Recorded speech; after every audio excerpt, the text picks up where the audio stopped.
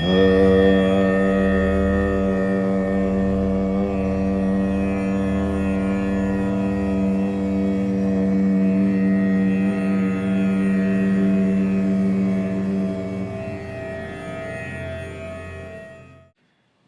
అండి.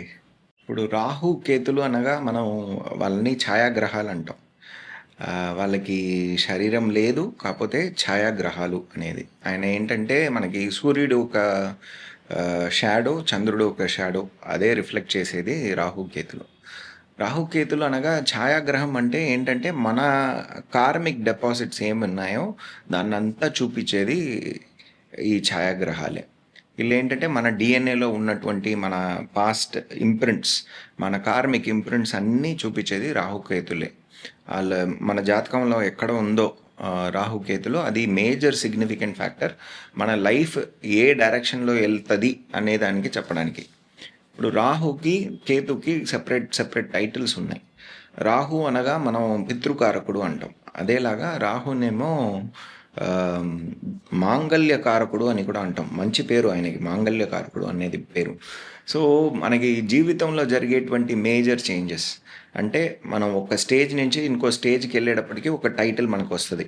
ఇప్పుడు అబ్బాయిగా ఉన్నాడు, ఆయనకి పెళ్ళయిన తర్వాత తనకి భర్త అనే ఒక పేరు రావడం, పెళ్ళయిన తర్వాత ఆవిడకేమో భార్య అనే పేరు రావడం, తల్లి అనే పేరు రావడం, తండ్రి అనే పేరు రావడం, ఇటువంటి విషయాలన్నీ రాహుకేతులు ఒక ఇన్ఫ్లుయెన్స్ వల్లనే జరుగుతుంది.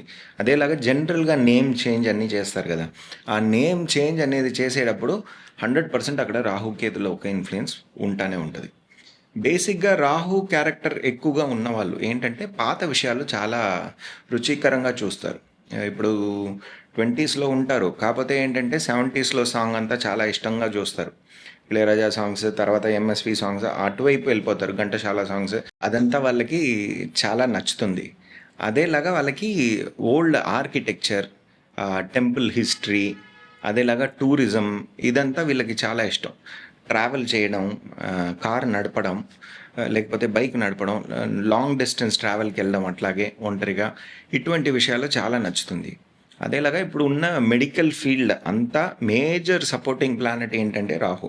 ఇప్పుడు బయోమెడికల్ ఎయిడ్స్ అని చెప్పేది మనకి keyhole surgery, scan, CT scan, ఆ స్కాన్, ఈ స్కాన్, ఈవెన్ ల్యాబ్ రిపోర్ట్స్, ఈ అన్నిట్లో మనకి రాహు ఒక పెద్ద పాత్ర ఉంది. అదేలాగా మనం చూస్తే electronical developments, research oriented studies, ఇవన్నీ రాహు ఒక కాంట్రిబ్యూషన్. లాజిస్టిక్స్ వాళ్ళదే, ఏవియేషన్ సెక్టర్స్ వాళ్ళదే. అదేలాగా మనకి కేతు అని చూసేది ఏంటంటే కేతుని జ్ఞానకారకుడు అంటాం. అందరూ అన్ని గ్రహాలు మీరు కర్మ చేయండి, దానికి తగ్గట్టు మనకి ఫలితాలు వస్తాయి అంటారు. కేతు ఒక్క గ్రహం ఏంటంటే ఉల్టాగా చెప్తుంది, మీరు కర్మ అంతా చేసి మీరు మోక్షం పొందుతారు అంటారు. సో ఆ క్వశ్చన్కి ఎలా ఆయన చూపిస్తారంటే అన్ని రియాలిటీస్ మన కంటి ముందర చూపిస్తారు. సరే, నువ్వు ఇన్ని పనులు చేసావు, వీళ్ళ కోసం చేసావు, వాళ్ళ కోసం చేసావు అన్నదంతా చెప్తున్నావు, ఇప్పుడు చూడు రియాలిటీ అని చూపిస్తారు. చూపించేటప్పటికి మనకి ఏంటంటే ఒకలాంటి షాక్ మనకు వస్తుంది, డిప్రెషన్లోకి వెళ్ళిపోతాం, లేకపోతే మనం ఒంటరితనం అనేది మనకి ఇష్టమైపోతుంది. ఎందుకు జీవిస్తున్నాం అనే ఒక ప్రశ్న మనలో ఉంటుంది. అప్పుడు మెడిటేషన్, లేకపోతే ఏదైనా స్పిరిచువల్ పాత్లోకి వెళ్ళిపోతాం. సో ఆ రకంగా కేతు ఏమో రియాలిటీని చూపించి ఒక్కరిని జ్ఞాన మార్గానికి తీసుకువెళ్ళే ఒక పనిని చేస్తారు. అదేలాగా ఆయన మన కులదైవం గురించి మనకు ఉన్న పట్టుదల ఎంత ఉంది, అదేలాగా దాంట్లో ఏదైనా ప్రాబ్లమ్స్ ఉన్నాయా, లేకపోతే మనం చేయట్లేదా, అటువంటి విషయాలు కూడా కేతు చూపిస్తారు. అదేలాగా మెడికల్ ఎయిడ్, మెడిసిన్ అంటే ఆల్టర్నేటివ్ థెరపీ అని చెప్తాం కదా, అక్యుప్రెషర్, ఇటువంటి విషయాలు ఒక డిఫరెంట్ అయిన ట్రీట్మెంట్ థెరపీ, ఈ విషయాల్లో కూడా కేతు మేజర్ పార్టిసిపేషన్ ఇస్తారు. సో ఇది బేసిక్గా మన ఈ క్యారెక్టర్ మనం చూస్తే. ఒక్క రాహుకేతులు ఏ రాశిలో ఉన్నాయో ఆ రాశినాథుడు ఎక్కడ నీచం అవుతారో ఆ స్థానం మన కర్మబంధనం ఉందని మనం తెలుసుకోవాలి. ఏమవుతుందంటే తెలుసో తెలియక మనం ఆ స్థానానికి చెందిన వారికే మన సర్వీసెస్ కానీ మన చేసే కర్మాలు కానీ వెళ్తూ ఉంటుంది. ఇప్పుడు బేసిక్గా రాహు ఏమో కుంభరాశిలో ఉంది, కేతువు ఏమో సింహ రాశిలో ఉంది. ఇప్పుడు రాహు ఉన్న చోట శనీశ్వరుడు నీచమయ్యే చోట ఏమో మనకి మేషరాశి.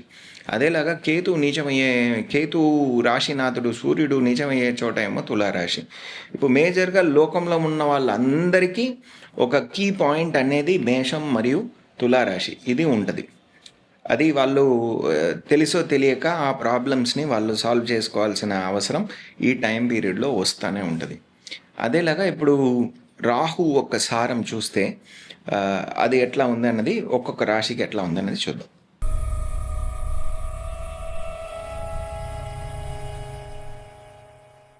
ఇప్పుడు మనకి మిథున రాశి అనగా మనకి మృగశీర్షం 2 క్వార్టర్స్, ఆరుద్ర నక్షత్రం మరియు పునర్వసు నక్షత్రం 3 క్వార్టర్స్ ఉన్నాయి. రాహు ఏమో శతభిషక్ నక్షత్రంలోనే ఉంటారు. మనకి ఆగస్ట్ 2 వరకు శతభిషక్ నక్షత్రంలో ఉంటారు. తర్వాత ధనిష్ట నక్షత్రంలోకి వెళ్ళిపోతారు. అదేలాగా కేతు ఏమో పూర్వ ఫల్గుని నక్షత్రంలో ఉంటున్నారు. 29/3/2026 ఏమో ఆయన మఖ నక్షత్రానికి వెళ్ళిపోతారు. వీళ్ళిద్దరూ ఒకే సారంలో ఉండేటువంటి టైం పీరియడ్ చాలా ఉన్నాయి. ఏప్రిల్, మే, జూన్, జూలై వరకు ఒకే సారంలో ఉంది. ఆ టైం పీరియడ్ చాలా మేజర్ ఇన్ఫ్లుయెన్సెస్ అనేది లోకంలో ఉన్న అందరికీ జరుగుతుంది. కాకపోతే ఇప్పుడు ఏంటంటే వీళ్ళకి 9వ స్థానంలో ఉన్నారు కాబట్టి ఫారిన్ వెళ్ళే ఆపర్చునిటీస్ అన్నది వీళ్ళకి వస్తుంది. అదేలాగా పుత్ర ప్రాప్తి అన్నది వీళ్ళకి ట్విన్స్ పుట్టే అవకాశం అన్నది వీళ్ళకి ఉంటుంది. అదేలాగా మాంగళ్య ధారణ టైం అన్నది ఈ టైం పీరియడ్ ఉంది. పెళ్ళి కుదిరే అవకాశాలు వీళ్ళకి రాహు పట్ల వీళ్ళకి వస్తుంది. 3వ స్థానంలో ఉన్నటువంటి కేతు వలన కొద్దిగా mental ups and downs, mental mood swings ఇటువంటి విషయాల్లో వీళ్ళకి జరుగుతుంది. వీళ్ళ చెల్లెలు తమ్ముళ్ళు వాళ్ళ ఆరోగ్యం వీళ్ళు చూసుకోవాలి. ఇమ్మీడియట్ సపోర్ట్ సిస్టమ్ అనేది డిలే అవ్వచ్చు. రావడం పోవడం అటువంటి విషయాలు వీళ్ళకి జరగవచ్చు. ఏదైనా కొత్త ప్రయత్నాలు చేస్తున్నారంటే దాంట్లో కొద్దిగా ఇబ్బందులు వీళ్ళకి రావచ్చు ఈ టైం పీరియడ్లో. కాకపోతే ఏంటంటే జూన్ వరకు బేసిక్గా గురువు వీళ్ళ లగ్నంలోనే ఉంటారు కాబట్టి చాలా ప్రొటెక్టివ్ మెకానిజంగా ఉంటుంది. బేసిక్గా ఏ గ్రహమైనా వక్రమైతే రాహుకేతువుతో పాటు కలిసిపోయి మంచి విషయాలు వాళ్ళకి ఇస్తారు. సో బేసిక్గా మన జాతకంలో గురువు కనుక వక్రంగా ఉంటే, మార్చ్ వరకు గురువు ఏమో వక్రంగా ఉన్నారు, పునర్వసు నక్షత్రంలోనే ఉన్నారు కాబట్టి వీళ్ళకి పర్సనల్గా మిథున రాశి వాళ్ళకి హెల్త్ పరంగా మంచి విషయాలు జరుగుతుంది. అదేలాగా వీళ్ళ నాన్నగారు ఒక ఆరోగ్యం బెటర్ అయిపోతుంది. వీళ్ళు చేసే కొత్త ప్రయత్నాలు వీళ్ళకి సక్సెస్ఫుల్గా అవుతుంది. అదేలాగా వీళ్ళకి ఫండ్ ఫ్లో అన్నది ఇంప్రూవ్ అయిపోతుంది. అదేలాగా వీళ్ళ ఫ్యామిలీ పరంగా ఉన్నటువంటి మంచి విషయాలు వీళ్ళకి జరుగుతుంది ఈ టైం పీరియడ్లో. ఇది గురువు పట్ల ఫస్ట్ గురువు వక్రమయ్యే కాలం మనకు వచ్చే మంచి విషయాలు గురుతో. సెకండ్ వక్రమయ్యే కాలం డిసెంబర్ 2026లో వక్రం అవుతున్నారు. బేసిక్గా మన హారోస్కోప్లో గురువు వక్రంగా ఉన్నారు అంటే ఈ డిసెంబర్ 2026 టైం పీరియడ్కి మనకి ఏంటంటే ఆ టైం పీరియడ్ నుంచి మఖ నక్షత్రం దాటే వరకు ఉన్నటువంటి పీరియడ్ ఏంటంటే వీళ్ళకి కొత్త ప్రయత్నాలు చాలా సక్సెస్ఫుల్గా ఉంటుంది. వీళ్ళకి రావాల్సిన సపోర్ట్ సిస్టమ్ అంతా ఆ టైం పీరియడ్లో వస్తుంది. వీళ్ళ చెల్లెలు అదేలాగా తమ్ముళ్ళు వాళ్ళ ఆరోగ్యం బెటర్ అయిపోతుంది. ఏదైనా ప్రాపర్టీ అమ్ముకోవాలి అనుకుంటే ఆ టైం పీరియడ్లో అమ్ముకోవచ్చు. ఈ విషయాలు వీళ్ళకి దగ్గుతుంది గురు మీ జాతకంలో వక్రంగా ఉంటే. ఇప్పుడు శనీశ్వరుడు మీ జాతకంలో వక్రంగా ఉంటే ఆ టైం పీరియడ్లో ఏమవుతుందంటే వీళ్ళకి 10వ స్థానంలో ఉన్నారు కాబట్టి ప్రొఫెషనల్ గ్రోత్ అన్నది ఉంటుంది. బిజినెస్ చేసే వాళ్ళకి ఒక మంచి గ్రోత్ అన్నది ఆ టైం పీరియడ్లో ఉంటుంది. అది మనకి రేవతి నక్షత్రంలో ఉన్నంత వరకు వీళ్ళకి పర్సనల్గా వీళ్ళ ఒక ప్రోగ్రెస్ అన్నది ఆయన చేస్తారు. అదేలాగా ప్రొఫెషనల్ గ్రోత్ అన్నది ఉంటుంది. వీళ్ళకి ప్రాపర్టీస్ ఏదైనా కొనుక్కునే అవకాశం అన్నది ఈ టైం పీరియడ్లో ఉంటుంది. అదేలాగా వీళ్ళకి పెళ్ళి కుదిరే అవకాశాలు కూడా ఈ టైం పీరియడ్లో ఉంటుంది. ఇది జూలై నుంచి మనకి డిసెంబర్ 2026 వరకు ఉన్నంత కాలం ఈ విషయాలు మనకి శనీశ్వరుడు ఇవ్వచ్చు. ఆయన ఉత్తర భాద్రపద నక్షత్రంలో అక్టోబర్ 9th నుంచి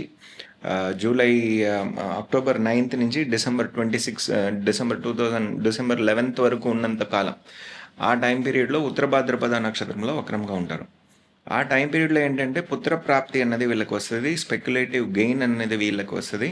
అదేలాగా వీళ్ళకి ఏదైనా ఒక ఫండ్, ఇన్సూరెన్స్ ఫండ్ కానీ, లైఫ్ పార్ట్నర్ దగ్గర నుంచి వచ్చే ఫండ్ కానీ, యాన్సెస్ట్రల్ ప్రాపర్టీ నుంచి వచ్చే ఫండ్ కానీ వీళ్ళకి ఈ టైం పీరియడ్లో రావచ్చు. మేజర్గా ఈ విషయాలు వీళ్ళకి జరగచ్చు శనీశ్వరుడు వక్రమయ్యే కాలంలో. శుక్రుడు వక్రంగా ఉన్నారు అంటే మనకి అక్టోబర్ నెల నుంచి నవంబర్ మిడ్ వరకు ఈ వక్రంగా ఉండే కాలం. స్వాతి నక్షత్రంలో వక్రం అవుతున్నారు. సో మేజర్గా వీళ్ళకి 5th హౌస్ రిజల్ట్ అనేది వీళ్ళకి వస్తుంది. పుత్ర ప్రాప్తి అన్నది ఈ టైం పీరియడ్లో జరుగుతుంది. స్పెక్యులేటివ్ గెయిన్స్ అన్నది వీళ్ళకి ఈ టైం పీరియడ్లో జరుగుతుంది. అదేలాగా ఫారెన్ వెళ్ళి సెటిల్ అవ్వాలి అనుకునే వాళ్ళకి మంచి ఆపర్చునిటీస్ దొరుకుతుంది. పిల్లల దగ్గర నుంచి ఒక పాజిటివ్ రిజల్ట్ అన్నది వీళ్ళకి రావచ్చు. అదేలాగా మనకి ఏదైనా ప్రాపర్టీ కొనాలి అనుకున్నా ఈ టైం పీరియడ్లో జరగచ్చు. ఎందుకంటే 12th హౌస్ని కూడా ఇన్ఫ్లుయెన్స్ చేస్తారు కాబట్టి. బుధుడు వీళ్ళ రాశ్యాధిపతి వక్రమయ్యేదేమో మనకి జూన్ నెలలో పునర్వసు నక్షత్రంలోనే వక్రం అవుతున్నారు. కాబట్టి వీళ్ళకి మేజర్గా ఫండ్ ఫ్లో ఇంప్రూవ్మెంట్ అన్నది జరుగుతుంది. అదేలాగా ఫ్యామిలీ పరంగా ఉన్నటువంటి విషయాలు వీళ్ళకి పాజిటివ్ అవుతుంది. పెళ్ళి కుదిరే అవకాశాలు వస్తాయి. బిజినెస్ పరంగా ప్రోగ్రెస్ అన్నది వీళ్ళకి ఈ టైం పీరియడ్లో రావచ్చు. బేసిక్గా ఇవన్నీ మనకి మీ జాతకంలో కనుక ఈ గ్రహాలు వక్రంగా ఉంది అంటే ఈ వక్రమయ్యే కాలంలో మనకి మంచి రిజల్ట్స్ రాహు కేతు పట్ల మనకి వచ్చే రిజల్ట్స్ ఇట్లాగా ఉంటుంది. ఆయన లాక్ చేసేది అనేది మనం చూస్తే వీళ్ళకి ఏంటంటే 11th హౌస్ లాభకరమైన హౌస్ అన్నది అశ్విని నక్షత్రాన్ని మరియు కృత్తికా నక్షత్రాన్ని వీళ్ళకి 12th హౌస్ 11th హౌస్ రెండిట్లో వస్తుంది. ఆ రెండింటిని లాక్ చేసి పెడుతున్నారు రాహు. సో దాని పట్ల మనకి ఏదైనా ప్రాబ్లమ్స్ ఉంది అంటే బేసిక్గా మనకి లాభం రావట్లేదు, రైట్ టైంకి రావట్లేదు, అదేలాగా ఇంట్లో పెద్దల ఆరోగ్యం కొద్దిగా అప్స్ అండ్ డౌన్స్గా ఉంది అంటే వాళ్ళు ఏంటంటే రెగ్యులర్గా సుబ్రహ్మణ్య స్వామి ఒక ఆరాధన చేస్తూ ఉండాలి. సుబ్రహ్మణ్య భుజంగం చదవచ్చు. అదేలాగా షష్ఠి రోజున, తృతీయ రోజున వీళ్ళు అన్నదానాలు చేయడం వీళ్ళకి మంచి రిజల్ట్స్ ఇస్తుంది. బేసిక్గా వీళ్ళకి ఏదైనా ఒక ప్రాపర్టీ కొనాలి, దాంట్లో వీళ్ళకి ఇబ్బందులు వస్తున్నాయి అంటే ఫారిన్ వెళ్ళాలి అనుకుంటే దాంట్లో వీళ్ళకి ఇబ్బందులు వస్తున్నాయి అంటే బేసిక్గా వాళ్ళు మహాలక్ష్మి ఒక ఆరాధనలు చేసుకోవడం, అన్నదానాలు చేయడం, షష్ఠి రోజున, చతుర్దశి రోజున చేస్తూ ఉండడం వీళ్ళకి మంచి రిజల్ట్స్ ఇస్తుంది. బేసిక్గా రాహుకేతు పట్ల వీళ్ళకి ఈ ప్రాబ్లమ్స్ వస్తున్నాయి అంటే మేజర్గా వీళ్ళు శ్రీకాళహస్తి వెళ్ళి రావడం, అది వీళ్ళు అష్టమి రోజున వెళ్ళి రావడం, లేకపోతే చతుర్దశి రోజున వెళ్ళి అక్కడ ఉండిపోయి అమావాస్య రోజున మళ్ళీ దర్శనం చేసుకొని రావడం వీళ్ళకి మంచి రిజల్ట్స్ ఇస్తుంది. కేతు పట్ల వీళ్ళకి ఏదైనా ప్రాబ్లమ్స్ వస్తున్నాయి అంటే వీళ్ళకి రావాల్సిన సపోర్ట్ సిస్టమ్ ఏమీ రావట్లేదు, టెక్నికల్ సపోర్ట్ అంతా రావట్లేదు, లేకపోతే ప్రాపర్టీ ఏదైనా అమ్మడం అవ్వట్లేదు, ఇటువంటి ప్రాబ్లమ్స్ ఉంటే వాళ్ళు బేసిక్గా వినాయకుడు ఒక పూజలు వీళ్ళు చేసుకోవాలి. అదేలాగా సూర్యుడు ఒక ఆరాధన వీళ్ళు చేస్తూ ఉండాలి. ఆదిత్య హృదయం వాళ్ళు చదవచ్చు. నవమి రోజున, అదేలాగా ప్రతిపాదం రోజున వీళ్ళు అన్నదానాలు చేయడం వీళ్ళకి మంచి రిజల్ట్స్ ఇస్తుంది. వీళ్ళకి పుత్ర ప్రాప్తి రిలేటెడ్ ప్రాబ్లమ్స్ ఏదైనా ఉంది, లేకపోతే వీళ్ళ ఎంప్లాయీస్కి ఏదైనా ప్రాబ్లమ్స్ ఉంది అనుకుంటే పుత్రప్రాప్తి రిలేటెడ్ ప్రాబ్లమ్స్కి వీళ్ళు మేజర్గా వీళ్ళు చేయాల్సింది మహాలక్ష్మి ఒక ఆరాధన, అదేలాగా వాళ్ళు వినాయకుడు ఒక ఆరాధన వీళ్ళు చేస్తూ ఉండాలి. అదేలాగా వీళ్ళు అన్నదానాలు చేయడం చతుర్థి రోజున, షష్ఠి రోజున, అదేలాగా చతుర్దశి రోజున వీళ్ళు చేస్తూ ఉంటే వీళ్ళకి మంచి రిజల్ట్స్ వస్తుంది.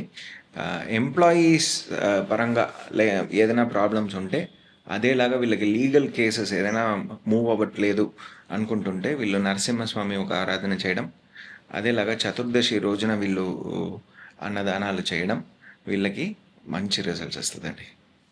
Thank you.